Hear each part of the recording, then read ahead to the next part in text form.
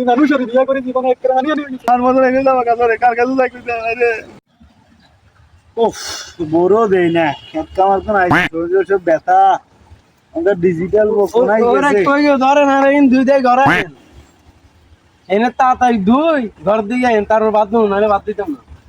ও তোর এখন আমি অনেক উকিলের কাছে যাবো যাই আমরা আইসে ডিপুট নামা দেবো কি উকিল সাহেব আসসালামু আলাইকুম ওয়ালাইকুম সালাম। উকিল সাহেব আইতে এখন আইসি এখন ডিপুট নামার লাই বলি আর আপনার এই অবস্থা কা আরে ভাই কই না বেড়ি মানুষের বিয়া করে জীবনে একটা হানি হানি হয়েছে। আরে বোর কথা শুনুন ছাড়া কোনো গতি নাই গেছি উকিলের কাছে ডিপুট নামার লাই এত চাইতেন জামা কাছারে কার কাছে যামু কি গো উকিলের কত হয়েছে নি